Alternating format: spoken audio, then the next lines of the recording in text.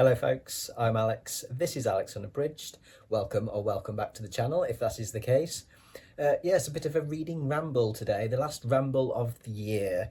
It's been a while, hasn't it? I think my last ramble was the beginning of November, so a month and a half, just over. I've been pretty quiet on BookTube of late. Life has very much got in the way, as happens, doesn't it?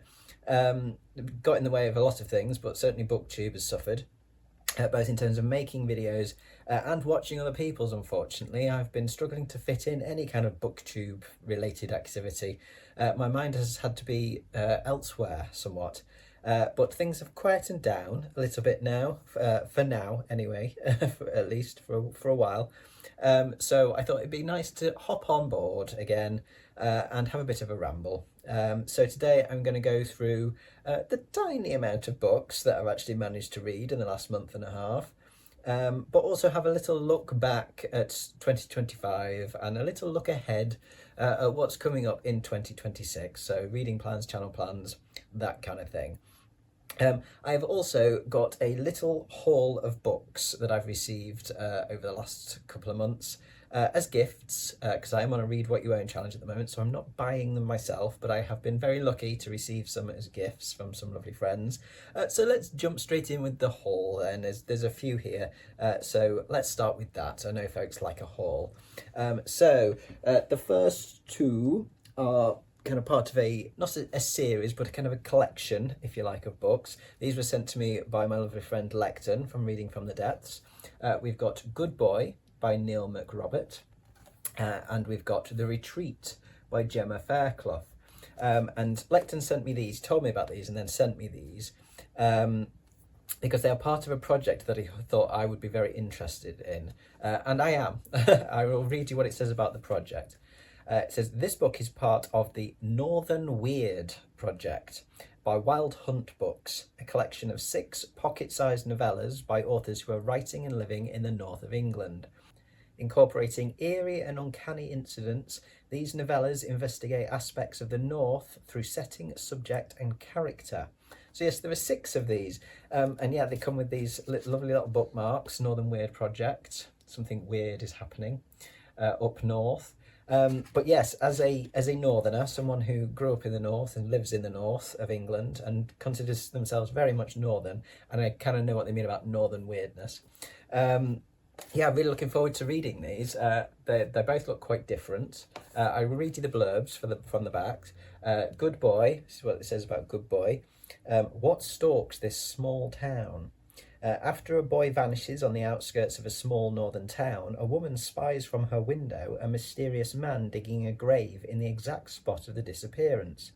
However, when she confronts him, the man's true purpose is far more chilling than she could have imagined, and the history of the town's fatal past unfolds.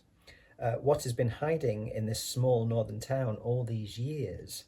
So yeah, sounds really good. Lexon told me about this one first. There's a dog involved. So yeah, definitely looking forward to that one.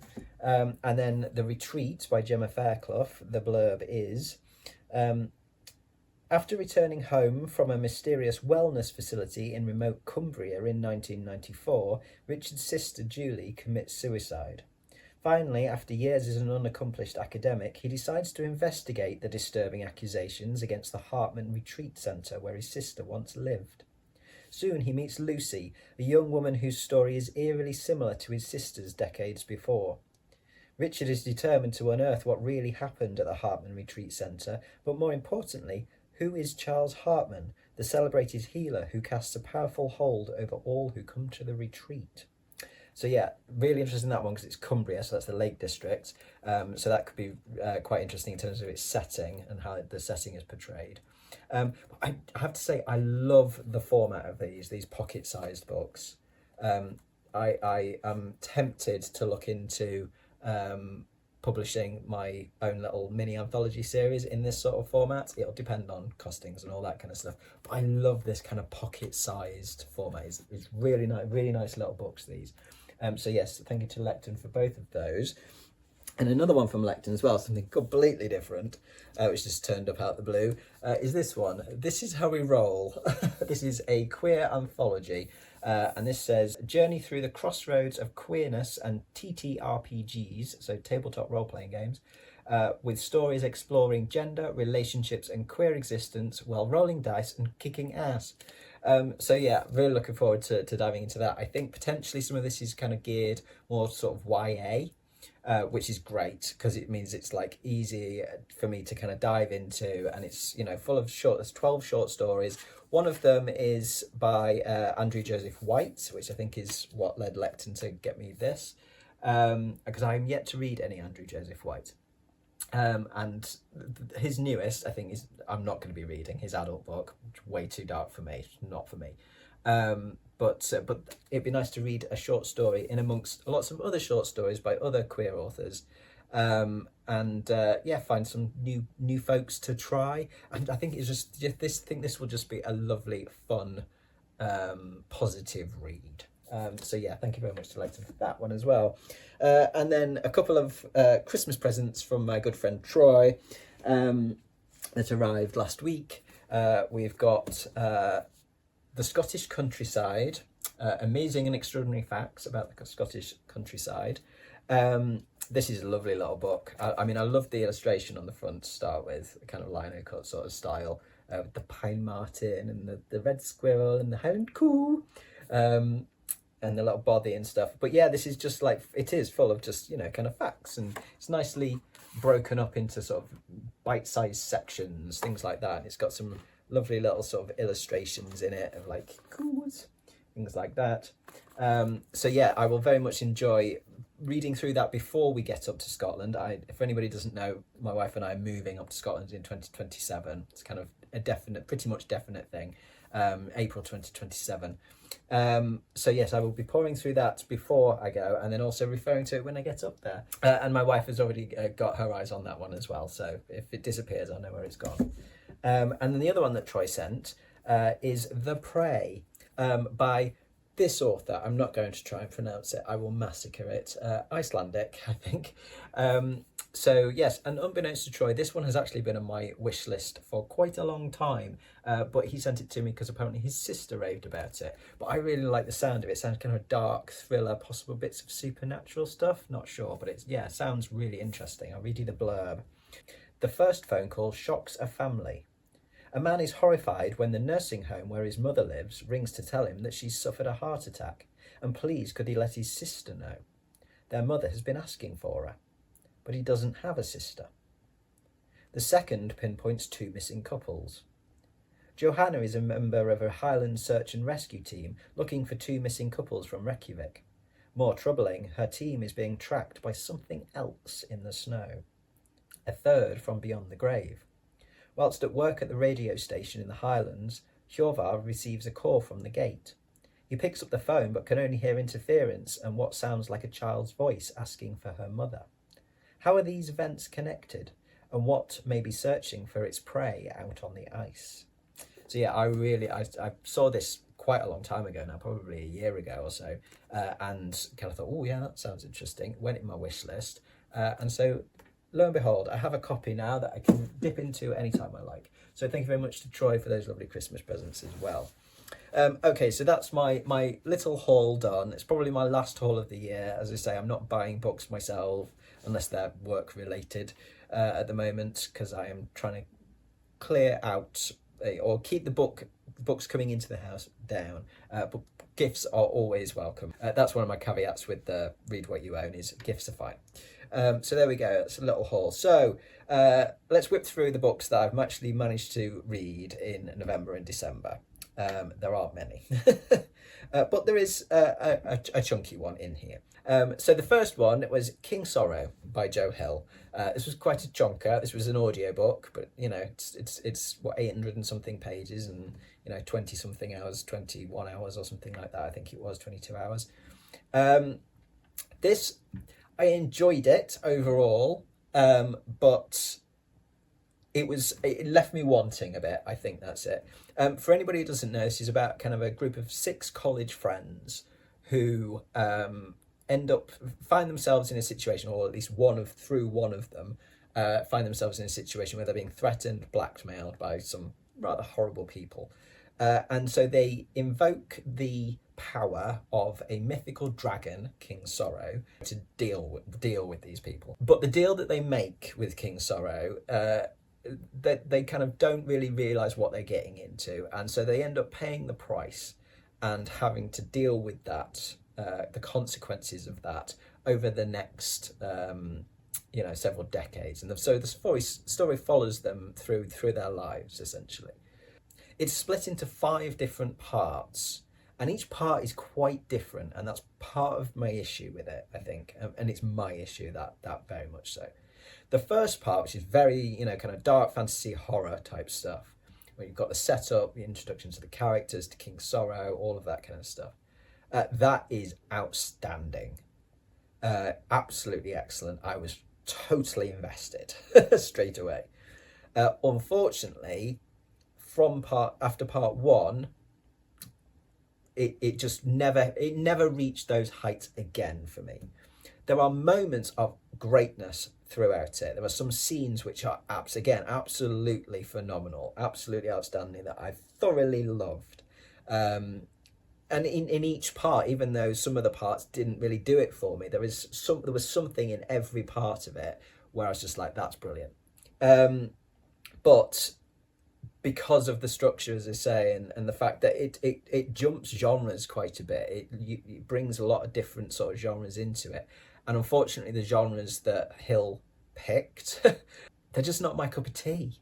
And so I find that quite jarring, and it just left me a little bit, wanting to go back to that, what the first part did for me. There's some great Easter eggs in it, King Easter eggs, obviously. If anybody doesn't know, Joe Hill is Stephen King's son. But yeah, there's some great King Easter eggs in it, which were fantastic to come across. It is overly long, I think, personally. I think you could shave a lot off it and still have a bloody good yarn. And it did start to tire a little bit at times. It's got some really good characters in it, but unfortunately only 2 of the 6 main characters I connected with particularly. The others I couldn't really kind of get on with. Some of them are really horrible people, which I can't relate to, but yeah, I couldn't really invest in many of the main characters, which again it's a me problem, but it's that's a bar for me to kind of like really get into it. There were some great side characters though, and some great sort of minor characters. I mean, King Sorrow isn't in it a huge amount. It's more the presence, this kind of lingering presence, ominous presence. But like, King Sorrow was great. I would have liked to hear more of that character from that character.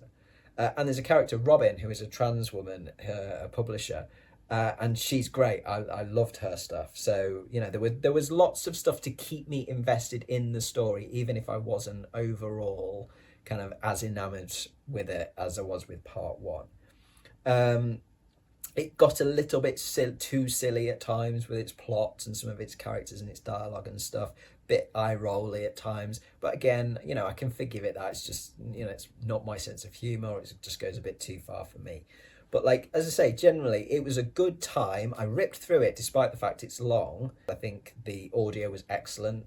The audio, the way it was structured was excellent, and the way some of it, certain scenes were done as kind of almost like a bit of a drama, audio drama, where you got kind of different actors playing different parts, and some of those with sound effects were really chilling, and that worked really well. So that helped kind of keep me engaged.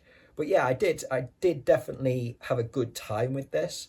But it was, as I say, it was just kind of disappointing in the end that it never reached the levels for me of that first part.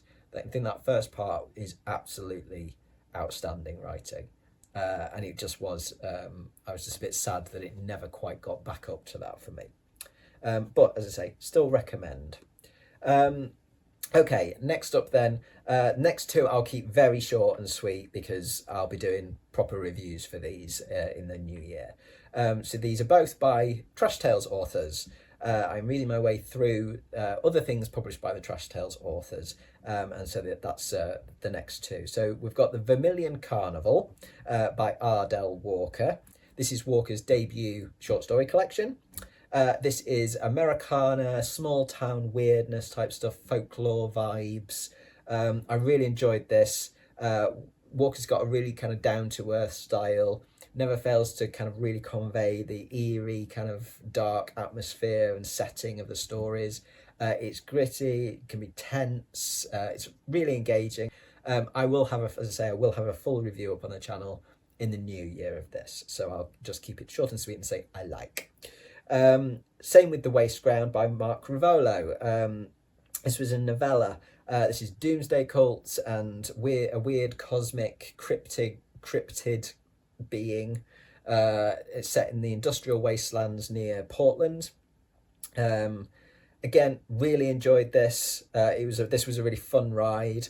It's got an opening which is a right smack in the face in terms of horror that I really appreciated. A really strong opening chapter. Fast-paced, mysterious, entertaining, intriguing, quite gross in parts, but fun. Very much fun, gross. Good queer representation in the main character. Yeah, full review coming in the new year again. So I will just mention those two, as I say, to say that those have been read and very much enjoyed, and there's more to come in the future. Okay, and the final book that I got through was Brigands and Bread Knives by Travis Baldry. So this is Legends and Lattes series, if you like, number 3. This came out in November, and I picked it up straight away and listened to it straight away. This is an audiobook again. So this one follows Fern, who is the Ratkin owner of the bookshop from Bookshops and Bone Dust, book 2 in the series. So yeah, she is moving across the world of the series to open a new shop, a new bookshop next to Legends and Lattes coffee shop, which is owned by Viv, the main character from the first one, of course. Viv and her wife own the bookshop, the coffee shop. But no sooner is Fern installed in this new shop, Viv and all friends and townspeople have put in loads of work and helps getting it up and running and everything. They've got it up and running successfully. No sooner has Fern got this great new shop there, does she realise that she actually hates it. Even though she feels she should love it. She what should make her happy really doesn't. And so she panics. She doesn't know how to tell Viv that she's unhappy. And so she gets drunk. And she hides in a cart and falls asleep in this cart in the town. Now, this cart happens to belong to the legendary elf warrior and bounty hunter Asterix One-Ear. And so when Fern wakes up, she is miles from anywhere, doesn't know where she is, with this strange elf. And the elf's bounty, which is a rather odd goblin. And thus ensues an adventure full of fighting, fun, and friendship. So it's, more of the same, but not more of the same, in a good way for this series. It's not as cosy as the 2 previous books, but I am glad that Baldry deviated from the formula of, setting up a coffee shop or saving a failing bookshop, things like that. That could get overdone. This does bring it more in towards the kind of the traditional sort of fantasy quest adventure type thing. But it still has the cozy moments, and it's still highly entertaining. That's the main thing. I mean, like Fern's language is atrocious. The very, very blue. There's a lot of swearing in it. And you've got some great sort of fantasy characters. The Goblin particularly is extremely entertaining, and actually we first met in a short story by Baldry called Goblins in Greatcoats, which I've read. And so it's great to see that character come back. Not as cosy, bit more kind of playing into the fantasy quest adventure tropes. Won't ever be my favourite in the series, but still had an excellent time with it. It's very comforting listening. The audio is cracking. It's Travis Baldry reading stuff, and he's always fantastic. It will go into the comfort read pile when I'm poorly, or feeling low or whatever, and just don't want to concentrate on something new, and I just want a comfort read. these are the books that I go to. And I've several times done Legends and Lattes and Bookshops and Bone Dust back to back. Now I've got a third to add into that comfort pile. So yeah, that's great. It's still highly entertaining, and I'd still thoroughly recommend it if you're a fan of the other two. So those are the things that I've actually managed to read in their entirety. I'm currently reading Summer of Night by Dan Simmons. I started this ages ago, got about a third of the way through it, and then got ill, so read comfort books, Legends and Lattes. And then when I was better again, found myself swamped with work and exhausted all the time. And so didn't pick it back up again until literally this weekend just gone. So I'm heading towards halfway done with it now. It is so far excellent, really enjoying it. Glad I've gone back to it. It's, kind of boys on bikes, if you like, that kind of sort of horror, small town, something weird's happening. And the characters in it so far are great. I love the boys. They're really well fleshed out characters. There's a lot of detail in it, which is what I'd expect from Dan Simmons. A lot of really great sort of atmosphere in it. Very intriguing. I don't really know where it's going yet. Lots of really nasty characters as well. So yeah, really enjoying that. I think that will be the book that will finish out 2025 for me, for my reading. So I will wrap that up in a future ramble in January, probably. Okay, so that's kind of my reading and stuff done. So let's have a little look back then. Let's have a little look at some stats for my 2025 reading. According to the story graph, this is. So I have read to date 40 books this year, 40. Plus I've had 2 DNFs. That they were The Ritual by Adam Neville and Earth Abides by George R. Stewart. 2 books that I just couldn't get on with. So I will probably end up with a final tally of 41 if I get Summer of Night finished by the end of the month. That is significantly down, that number, from last year, which was 95, and the year before, which was, I think, 120, something like that. Yeah, my sort of personal reading, pleasure reading, if you like, has significantly dropped over the last year. I knew it would, but I didn't realise quite how much it had. But yeah, it's been a busy year and had other things that I've been reading as well. I've been reading a lot of submissions this year, both for Trash Tales at the beginning of the year and then also for the little anthology project that I'm doing next year. I will have likely read over 400 short stories this year by way of submissions. So yeah, I have read a bit more than the 40 books, if you like, but they are kind of, they're not work related, but they are project related. It's different from my personal reading. So yeah, no wonder my numbers are down, and it's I don't mind. It's whatever's comfortable for me. I'm never trying to hit a particular target. I'm just reading when I feel like it and when I've got time. But yeah, it's definitely dropping, and I think it'll probably stay a bit lower from now on because I am doing more kind of reading work, if you like, as an editor and stuff like that. So I think just my brain will be, sort of fictioned out some days, so I won't necessarily read. But yeah, it's I'm still as long as I'm still loving what I'm reading whenever I'm reading it, we're all good. So 19 of those 40 books from this year were classed as horror, according to Storygraph. Which yeah, I've definitely been back into my horror a lot more this year. I dropped down on that previous years, but I've certainly found a new love for it again. I've been reading some more sort of classic stuff, 20th century classic stuff, and also some more contemporary stuff as well. And yeah, I've kind of found a groove, I think, with horror of what I like and what I want to try and things like that. So yeah, really enjoyed my horror. 13 of those 40 were classed as science fiction in some way. Some of those might have been a crossover, horror sci-fi, because I do like that a lot. It's one of my favourite subgenres. But I've still been reading some, some straight forward, some straight science fiction, some sort of traditional science fiction, hard science fiction, that kind of thing. But again, that's dropped off from last year in terms of its proportion. So I do want to get back into reading some more sort of, straight up sci-fi next year. There were more books classed as fantasy on my reading list this year than ever before, and that's 11 books classed as fantasy. Now, they may not all have been straight up fantasies, there may have been some crossovers, some genre mixes, but I did read quite a lot with strong fantasy elements in them, which I haven't done before really. And I think this is a genre I now want to explore some more of. And so I need to sort of just try some things and not be afraid to kind of go, no, that's not for me. I do know what I really don't like in fantasy generally, but I don't really know enough about all of the kind of different subgenres and things with fantasy.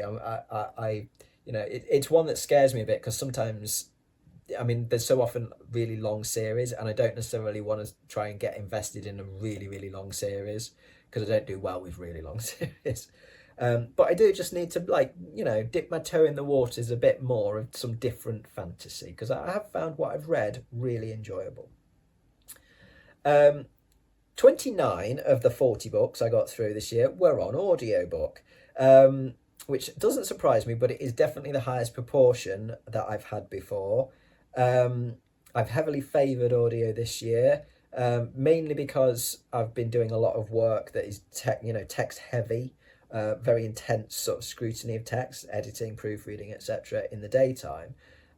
So I just don't have the eyes for text in the evening, but I can always throw on an audiobook. I can always enjoy fiction through the audio. So yeah, I think that's definitely going to continue, indefinitely really. The proportion of audiobooks to text-based books that I get through is always going to be much higher. So there we go. That's the kind of the wrap up of my year in terms of numbers and genres and things like that. As I say, it's a much lower quantity reading year, but I've still had great fun with my reads this year. Only a couple of DNFs, which is good. And I'm still glad that I tried those books. They just weren't for me. So let's continue having a little retrospective on 2025 and look at some of my book related things. What have some of my favourite things of 2025 been? Well, the favourite absolutely has been doing Trash Tales, an anthology of trashy fiction, which because Ollie and I put together with no small amount of help from Lecton over at Reading from the Depths, I have to say.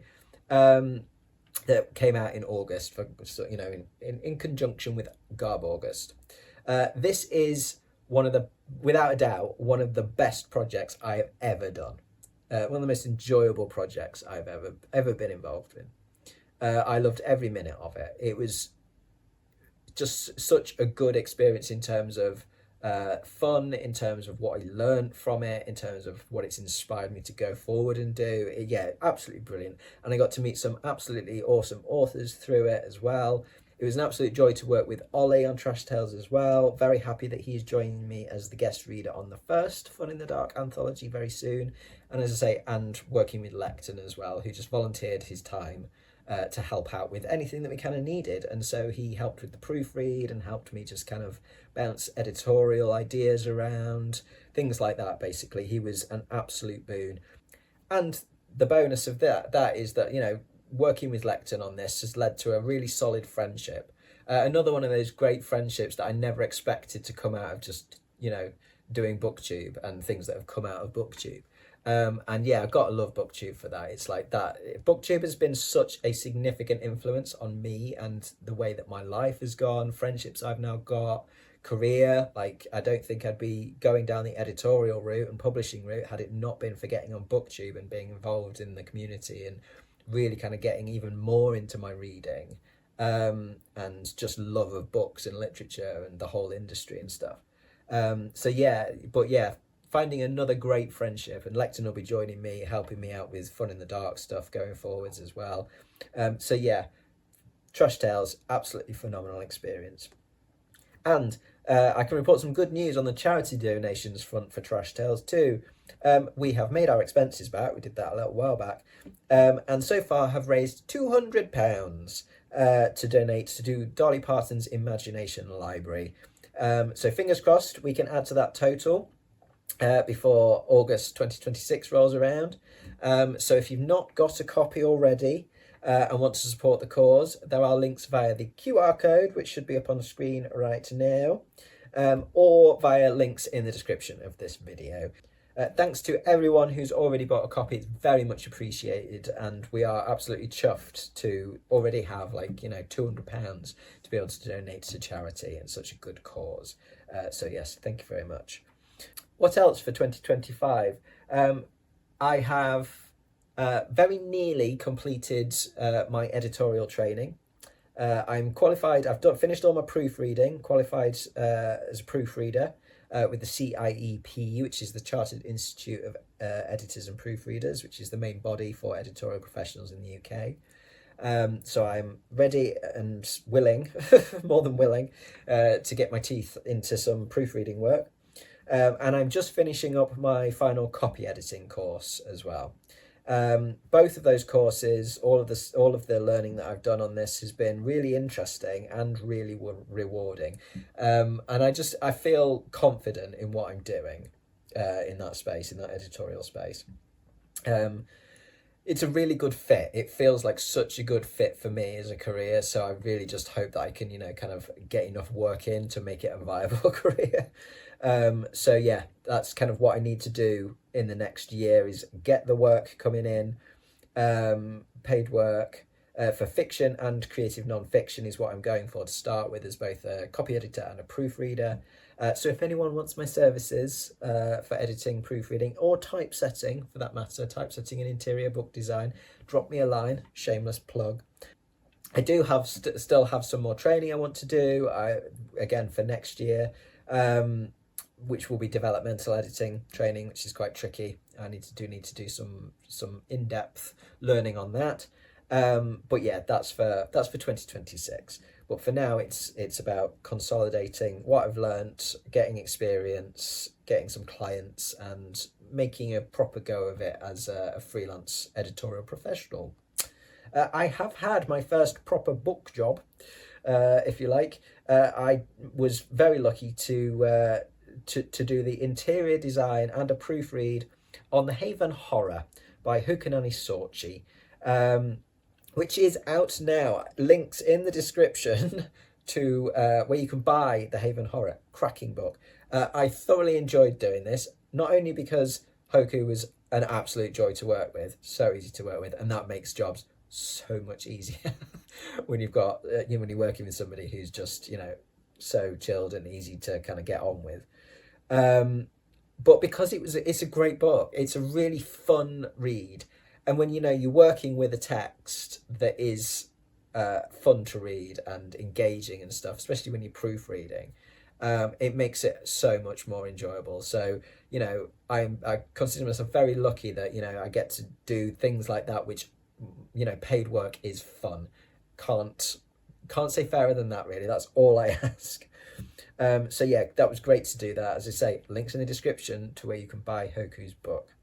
So there we go. Those are the things that I've enjoyed the most about 2025. Certainly book related things. So what am I most excited about for 2026 then?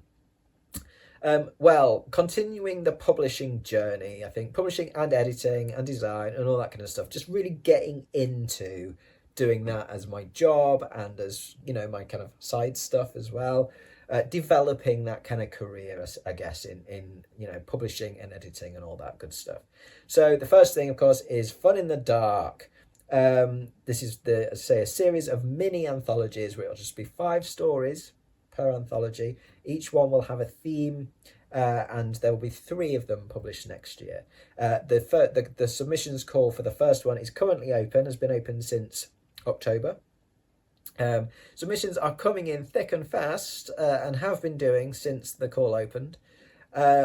We've had way more submissions than I expected, which is fantastic. My biggest concern when I launched the project and the call for submissions was that we wouldn't really get that many, and I was very, very wrong. Very happy to be very wrong. But yeah, having a ton of submissions come in means that we've got a wealth of awesome stories to pick from. which means whittling it down to a final 5 is gonna be a challenge. But that is what I've got Ollie and Lecton for. They will be reading the shortlist that I come up with and helping decide what ends up in that final book. They will have a significant say in what goes into that final book. The first anthology will be out on the 1st of April, and I will also be releasing the call for the second anthology in late January, early February. So I see a lot more reading of story submissions in my future, which is great. I'm having a blast with it, and it's wonderful just to see all of the fab ideas that folks come up with, see stuff coming in from people from all over the world, all different backgrounds. Yeah, it's really great to see, and as I say, I'm having an absolute ball with it so far. But Fun in the Dark is not the only thing I plan to publish next year. I really need to get my own short story collection finished and out into the world. I've been trying to do it for a long time. I've been working on it in bits and pieces for quite a long time, and I need to get it done next year. It's all set where I live currently, in the Peak District, and as I'm moving to Scotland in April 2027, I want to get it out while I still live here. It's going to be my love letter to the area, and I just know that also if I leave it till I've gone up to Scotland, I'm going to get distracted by new shiny things up there, and it'll never get done. And so I need to get it done and get it out this year. I've not had a chance to write for the last month or so. I'd got some really good progress made on those stories, and then inevitably I got a load of work in. Just as you get on a roll with stuff, I got a load of work in, and I've had to put that to the side. So over Christmas and into the new year, I will be getting back into that, getting on a roll again, getting those stories sorted and getting that collection together. And I aim to release that either sort of between the beginning of November and beginning of December next year.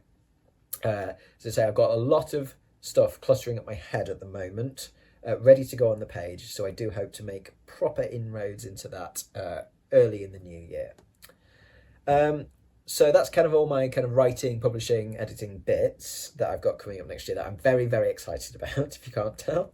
But in terms of reading, I'm excited to kind of get back and get into reading some more for pleasure. So the last month or so, last couple of months, I've really not been into that because I've just been so kind of taken up with other stuff and was ill and all that kind of stuff. So yeah, I want to get back into reading, but I want to do it at a leisurely rate and at manageable quantities. I'm not really making many plans, to be honest, for the channel or for my reading next year. It's going to be mood read mostly. I think unfortunately the days of big projects that I come up with, like my science fiction projects, kind of horror project, all that kind of stuff, I think those are kind of gone. Those days are gone. Certainly for stuff that I kind of devise a big project with a load of books on and I stick to a schedule for. I just can't do that these days. Life dictates otherwise. And life is only going to get busier over the next couple of years. I'm going to continue with the projects that I've already got. I've got pools of books selected for those projects. So I've got my 20th century UK and US horror project, and I've got my science fiction project, and I've got my Stephen King publication order project, essentially. I'm going to continue with those, but I'm not putting any schedule on them whatsoever. I've picked those books. I know I want to read those books, so those books are in a pile of to reads, but when I read them is very much in the air. So I will continue with those, but I'm not devising anything new. Nothing at all. So yeah, it will very much be I will read what I want when I have time to read it, and it will be very much a mood ready type thing. There are a few bits I will definitely be reading though. There are 2 new Adrian Tchaikovsky books out in the first quarter of 2026, within a month of each other. There's the 4th in the Children of Time series called Children of Strife, and the 4th in the Tyrant Philosopher series, which the name of which escapes me. Both of which I'm super excited for. 2 of my favourite series ever. So I'm definitely up for those, and I will be reading those pretty much on release day, I should think.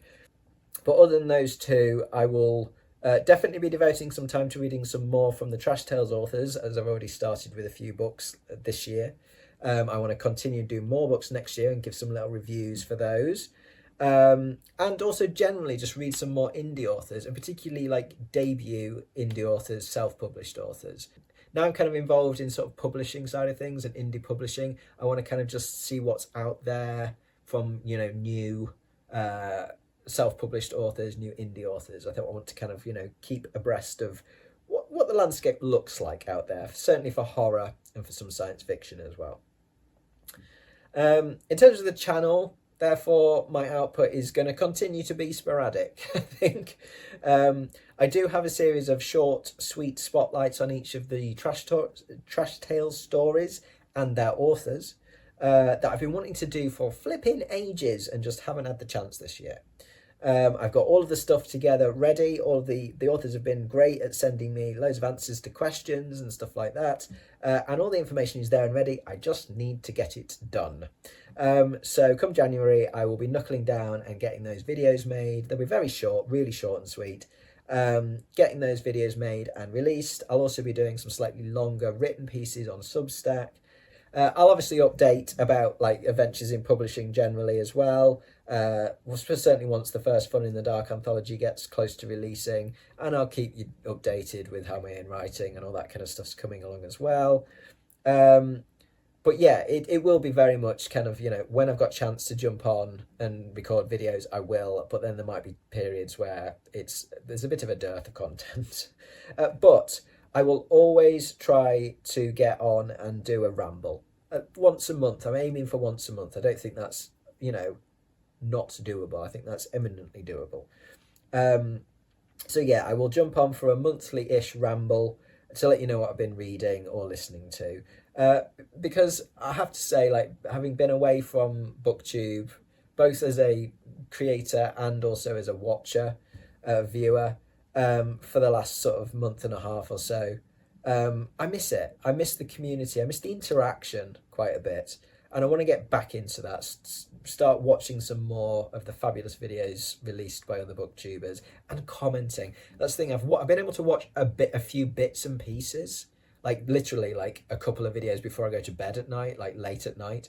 But then I'm on the TV and I'm not commenting, and then the next day comes and I'm into work and I don't get a chance to comment. So it's like, I've been kind of keeping up with what people are putting out, but I haven't been able to interact, and I do miss that. So I do want to get back into that next year.